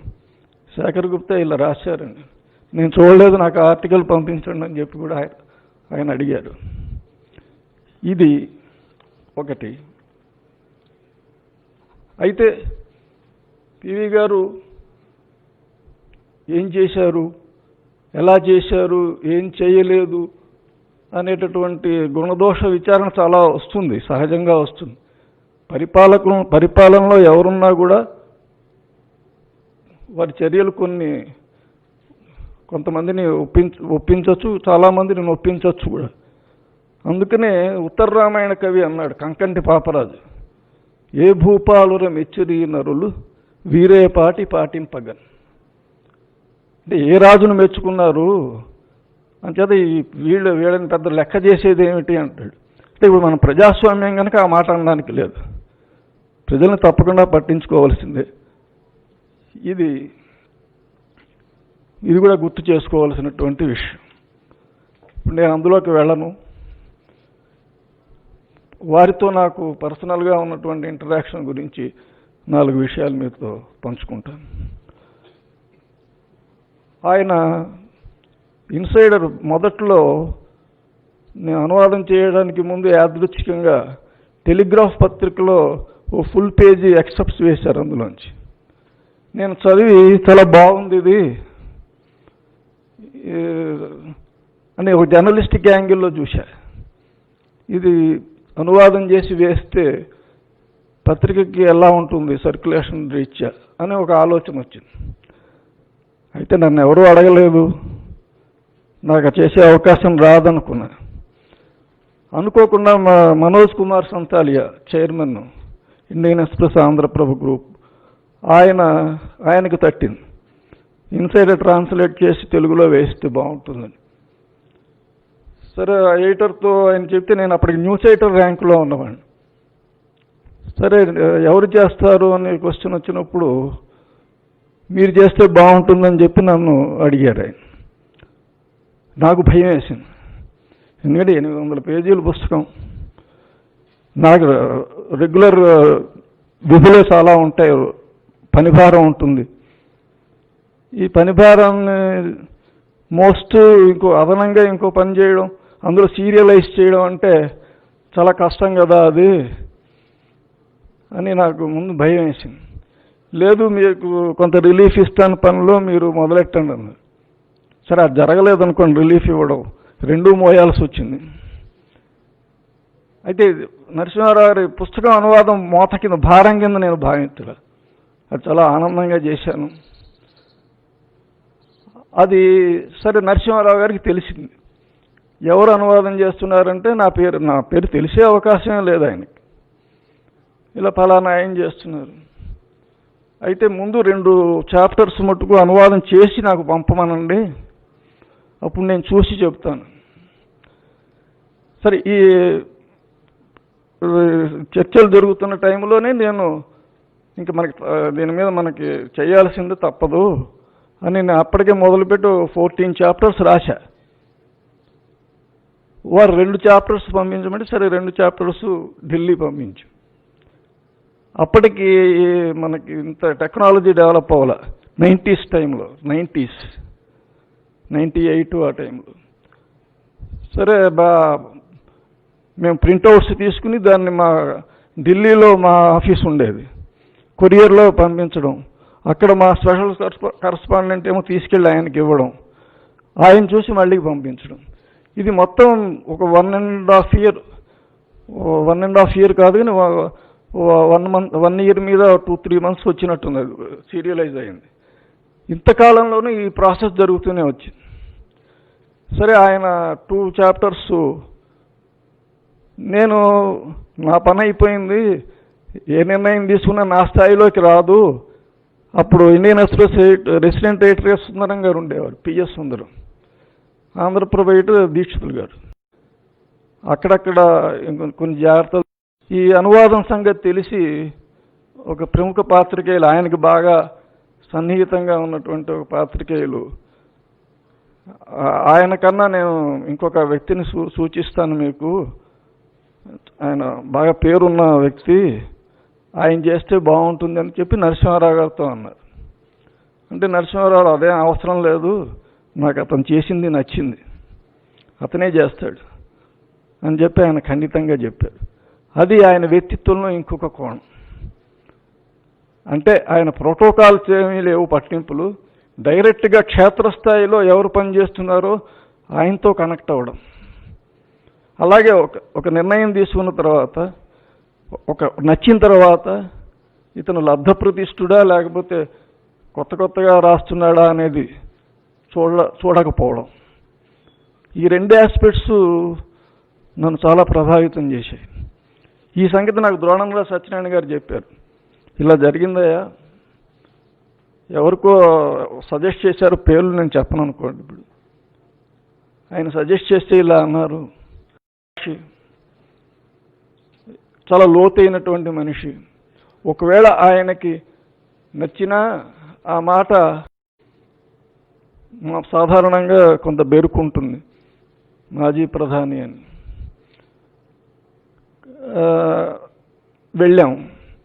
వెళ్ళినప్పుడు ఆయన సాహిత్యం గురించే మాట్లాడడం మొదలెట్టారు. నేను సాహిత్యం ఎంతో కొంత తెలిసినవాడిని. ఆయన సాహిత్యం గురించి 1000 పడగలు అనువాదం చేశారు సహస్రపండు పేరుతో. ఆ అనువాదం చేసినప్పుడు అనుభవాలు ఇవన్నీ చెప్పుకుంటూ వచ్చేటప్పటికి నా బెరుకుపోయి నేను కూడా ఆయనతో పాటు సంభాషణలో పాల్గొనేటటువంటి అవకాశం కలిగింది. అంటే అంత ప్రధానమంత్రి పదవి నుంచి తప్పుకున్న తర్వాత ఆయన శేష జీవితం అంతా కూడా సాహిత్యానికి, సాహిత్య వ్యాసంగానికి అంకితమయ్యారనేటటువంటి అభిప్రాయం నాకు చాలాసార్లు కలిగింది. ఇంక పూర్తిగా వేరే, అంటే రాజకీయాలు, చర్చలు, సంభాషణలు రాలేదని కాదు, అయినప్పటికీ కూడా ఆయన పూర్తిగా సాహిత్యానికి, ఆయన రచనలు, అముద్రితమైన రచనల్ని వెలుగులోకి తీసుకురావడం, వీటన్నిటికీ ఎక్కువ ప్రాధాన్యం ఇచ్చేవారని చెప్పి నాకు తోచేది. అలాగే అనువాదంలో ఆయనకి కొన్ని అభిప్రాయాలు ఉండేవి. సాధారణంగా మనం ఏమనుకుంటామంటే ఒక భాషలోంచి ఇంకొక భాషలోకి అనువాదం చేసేటప్పుడు ఏ భాషలోకి అనువాదం చేస్తున్నామో ఆ భాష తాలూకు నుడికారం, సామెతలు, జాతీయాలు వాడితే బాగుంటుంది. అప్పుడే ఉదాహరణకి తెలుగులో చేసేటప్పుడు ఈ తెలుగు నుడికారం తీసుకొస్తే లేదా తెలుగు సామెతలు వాడితే అది తెలుగుదనం వస్తుంది అనే సాధారణంగా అనుకుంటాం. కానీ నరసింహారావు గారు తప్పన్నారు.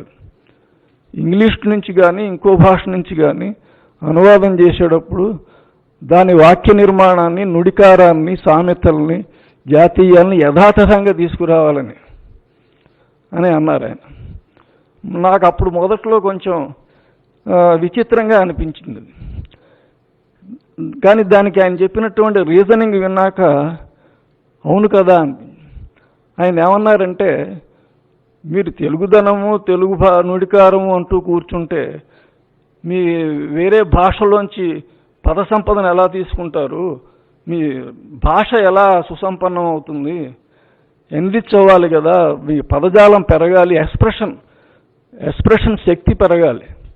అంటే నేను అనువాదం చేసేటప్పుడు సాధారణంగా ఇంగ్లీష్లోంచి చేసేటప్పుడు ఆ సమస్య ఎదురవుతుంది అందరికీ. ఎందుకంటే ఇంగ్లీష్లో ఒక మాటకి చాలా రకాల ఎక్స్ప్రెషన్స్ ఇవ్వచ్చు. తెలుగులోకి వచ్చేటప్పటికి మన ఆ పదజాలం యొక్క శక్తి పరిమితంగా ఉంటుంది. అది నేను ఫీల్ అయ్యాను అనువాదం చేసేటప్పుడు. నేను ఇప్పటికి 3-4 పుస్తకాలు చేశాను, పెద్ద పుస్తకాలు. నరసింహారావు గారు దానికి సొల్యూషన్ చెప్పారు. మీరు అన్ని రకాలుగా దానిలోంచి వాక్య నిర్మాణాన్ని కానీ పదజాలాన్ని కానీ నుడికారాన్ని తీసుకోవాలి, అప్పుడే భాష ఎన్రిచ్ అవుతుంది. ఎక్కువ మాట్లాడుతుంది అని ఆయన రీజనింగ్.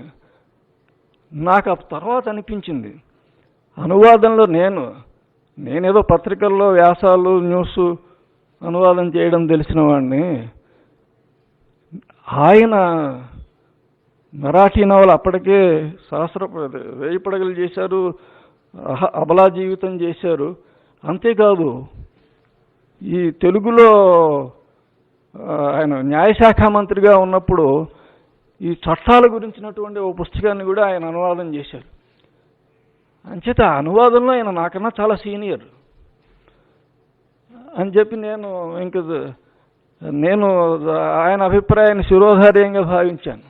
దాంతో అదొక అనుభవం. తర్వాత నేను మామూలుగా ట్రాన్స్లేటర్ అంటే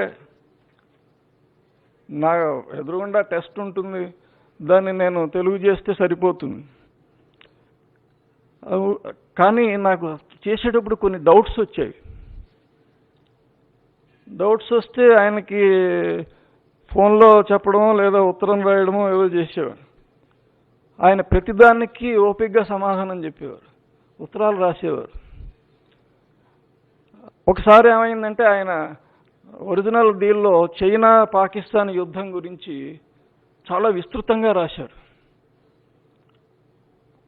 మొత్తం చైనా పాకిస్తాన్తో భారతదేశం చేసినటువంటి యుద్ధాల గురించి, అది ఏ పరిస్థితిలో జరిగాయి, దాని అవుట్కమ్స్ ఏమిటి, మన డిఫెన్స్ పాలసీ ఎలా ఉంది, ఇవన్నీ కూడా చర్చిస్తూ చాలా ఎక్స్టెన్సివ్గా రాశారు. అది యాక్చువల్గా సీరియలైజ్ అవుతుంది ప్రభలో. నేనేమన్నానంటే ఇప్పుడు సీరియలైజ్ అయ్యేటప్పుడు సస్టైన్ చేయాలి, రీడర్ ఆసక్తిని సస్టైన్ చేయాలి, అంటే కొంత డ్రామా నడుస్తూ ఉండాలి.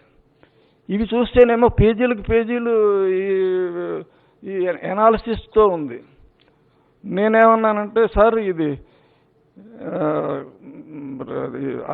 సీరియలైజ్ చేసే వరకు కొంత ఎబ్రిడ్జ్ చేస్తే బాగుంటుందేమో, ఎందుకంటే ఇవే చాలా రోజులు ఇవే భాగాలు వస్తే రీడర్కి కొంచెం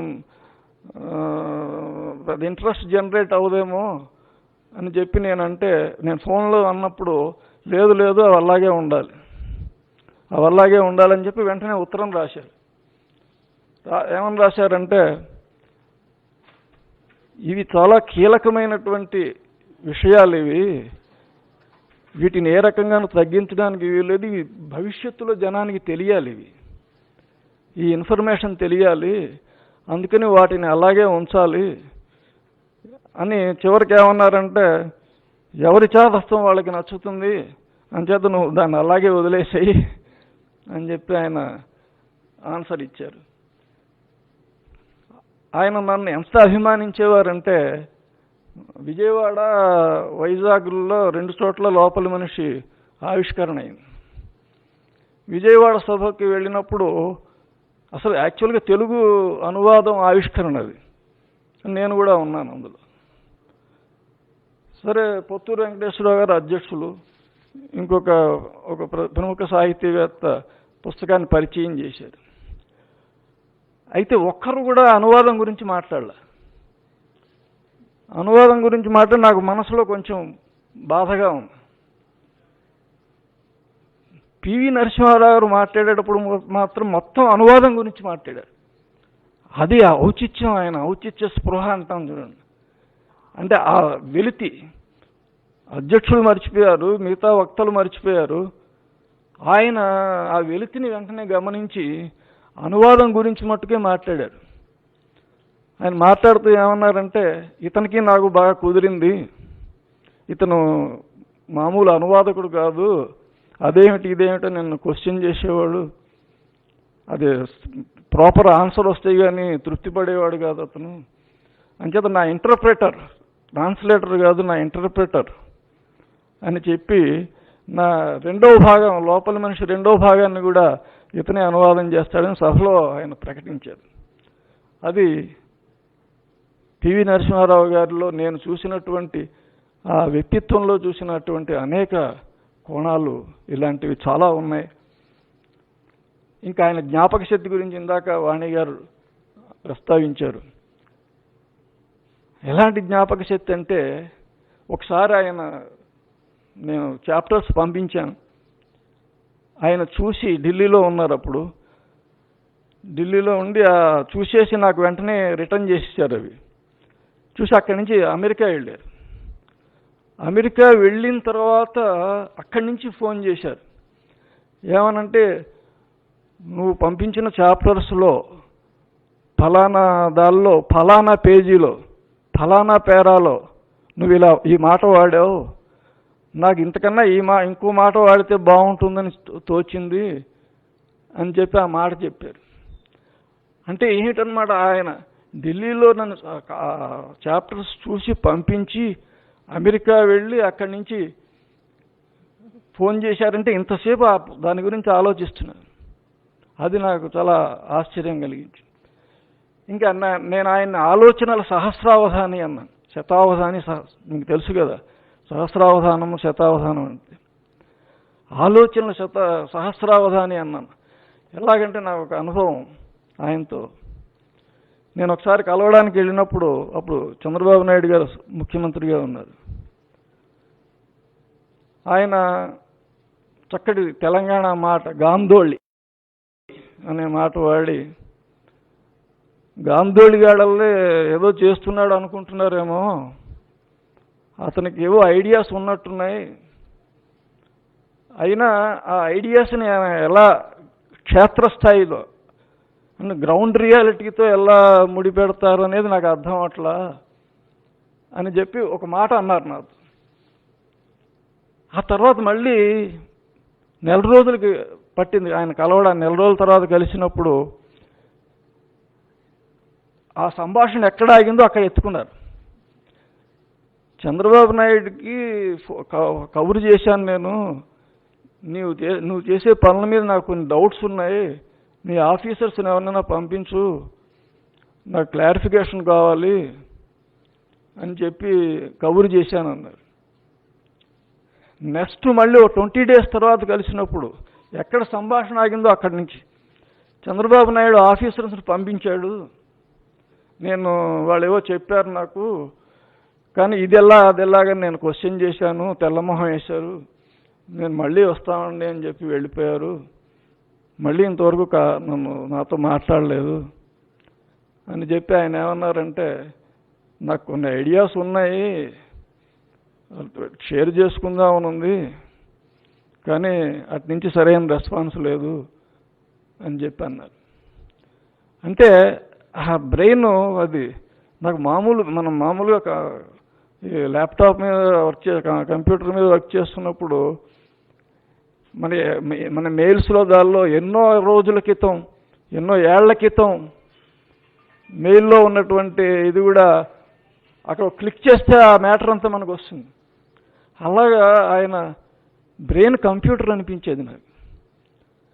ఇది ఒక గొప్ప అనుభవం.